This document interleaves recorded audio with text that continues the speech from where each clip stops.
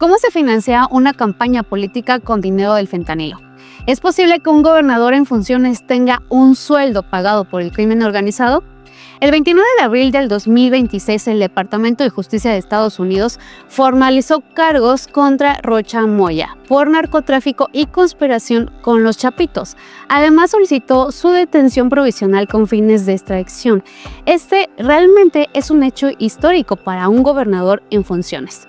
La acusación de la Fiscalía de Estados Unidos detalla que Rocha habría recibido millones en sobornos y apoyo criminal para ganar la gobernatura en el año 2021, a cambio de protección política y control de seguridad pública. Lo que esto significa no es que estamos viendo solamente un caso de violencia, estamos viendo un esquema de corrupción administrativa y financiera diseñado para institucionalizar el crimen organizado.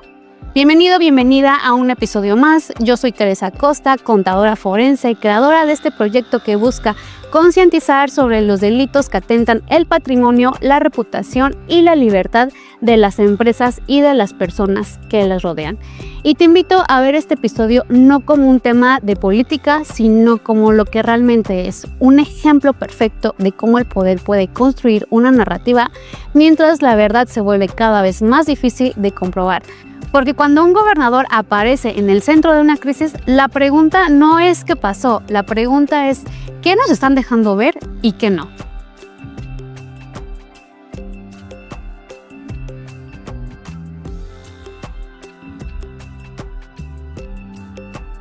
Rubén Rocha Moya no es cualquier figura, era el gobernador de uno de los estados más sensibles del país, Sinaloa, un territorio históricamente marcado por el crimen organizado, dinero ilícito y estructuras de poder que no siempre son visibles. Y aquí es donde empieza lo interesante. En un episodio anterior justo te platicaba sobre la doctrina de los efectos y sobre la modificación del Código Penal de Estados Unidos. Bajo esta premisa, cualquier delito que sea planeado o cometido en México y que tenga un impacto directo, sustancial y predecible en el suelo de Estados Unidos, ellos reclamarán el derecho de investigar. Y para la Fiscalía de Estados Unidos, los sobornos recibidos por Rocha para lavar la seguridad pública de Sinaloa tienen un efecto directo en la crisis de fentanilo que actualmente viven. La acusación de la Fiscalía de Estados Unidos detalla que estamos ante un esquema de corrupción administrativa y financiera diseñado para institucionar el crimen organizado. No solo se trata de que Rocha y el tema político, la investigación apunta a una nómina donde la figura de pagos mensuales es a las secretarías de estados y alcaldías.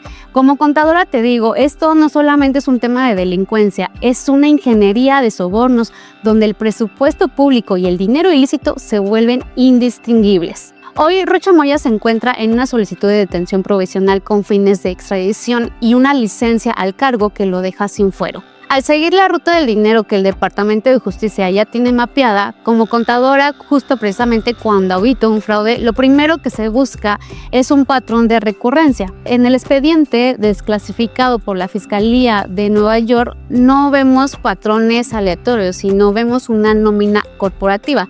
Según los testimonios y los registros financieros de la DEA, el esquema de los Chapitos para comprar la seguridad de Sinaloa bajo el mando de Rocha se divide de la siguiente manera. Primero, a un nivel estatal, la acusación señala que la estructura de Rocha recibía pagos fijos para permitir el libre tránsito de los precursores químicos. No estamos hablando de maletas en efectivo al azar, sino de flujos proyectados que garantizaban la logística del cártel. Después lo que vemos es el desglose por unidades de negocios, que prácticamente esto involucra a municipios y secretarías. Aquí es donde el fraude se vuelve sistemático. La acusación menciona pagos mensuales específicos o se estiman flujos de más de $100,000 mensuales solo para neutralizar los operativos, que aquí estamos hablando de lo que es la Secretaría de Seguridad Pública, o registros de pagos por $10,893, un dinero o un número curiosamente específico que sugiere precisamente que se trata de una iguala. Y esto es lo que incumbe a la vicefiscalía. Y el pago de $10,000 para asegurar que la policía municipal no interfiera en las zonas de cocinado de fentanilo. Y eso tiene que ver con las alcaldías. Esto se conoce en auditoría como gasto de protección institucional. El problema para Rocha es que el dinero pasa de una mano criminal a una oficina pública y esto deja una huella digital financiera. Estados Unidos afirma tener los recibos, los chats y los movimientos de cuentas espejos en paraísos fiscales que alimentaban este esquema. Pero un gobernador no hace todo esto solo, necesita de un operador que entienda de flujos. Y aquí es donde entra en escena Enrique Díaz Vega, exsecretario de Finanzas. Él es la pieza clave para entender el lavado de dinero público. La acusación lo señala como el encargado de limpiar los recursos que entraban por la puerta trasera para que pudieran ser usados para la vida pública del Estado. Si Rocha es prácticamente si él es el rostro público, Díaz Vega era precisamente el director financiero de esta operación ilícita. Aunado a lo anterior, en la acusación de la Fiscalía de Estados Unidos se incluye una herramienta legal totalmente devastadora, que es la cláusula de bienes sustitutos bajo el título 21, sección 853. ¿Qué significa esto en términos contables? Imagínate que la auditoría forense de Estados Unidos determina que si Rocha recibió, por ejemplo, $20 millones en sobornos y si al momento de la detención de ese dinero ya no se encuentra porque se lo gastó o lo ocultó o lo puso a nombre de prestanombres, la ley estadounidense no se detiene. Bajo esta cláusula, el gobierno de Estados Unidos tiene la facultad de confiscar cualquier otro bien legal que el acusado posee hasta el momento total de que se dio este fraude. Estamos hablando prácticamente de sus propiedades legítimas como casas, ranchos, vehículos, todo lo que tenga, de sus cuentas de ahorros personales y cualquier otro activo legal que haya sido heredado o comprado antes incluso de su gobernatura. No importa si lavaron bien ese dinero o si lo desaparecieron. Estados Unidos va tras el patrimonio neto de Rocha Moya. Si en algún momento es encontrado culpable, la sentencia no vendrá sola, vendrá con una orden de decomiso monetario que puede dejar a la familia y los socios en la calle. Prácticamente esto es el desmantelamiento total de la estructura financiera que construyeron. Pero aquí tenemos dos versiones. Por un lado, tenemos a Estados Unidos que dice que hay elementos suficientes para acusar y por otro lado tenemos a México que responde que no hay pruebas suficientes. Y en medio de este choque queda algo muy delicado, la verdad fragmentada. Porque cuando los gobiernos no coinciden, la pregunta ya no es quién tiene razón, la pregunta es qué intereses están en juego. Y si analizamos lo que ya ha venido pasando desde el año pasado, cuando incluso el Tesoro denunció a México por lavado de dinero, entre otros sucesos más que han estado pasando, tienen un patrón muy similar a lo que ya hemos visto.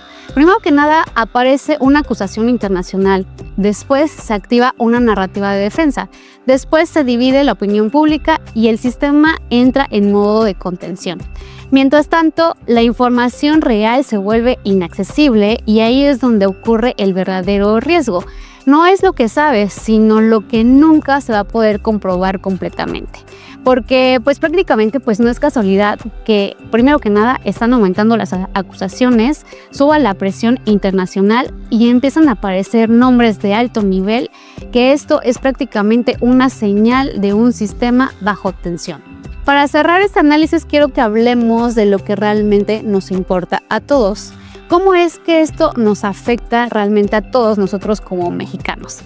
Aunque donde la mayoría de la gente se equivoca precisamente porque se piensa que esto tiene que ver con temas de político y que es un tema de política lejana, y no.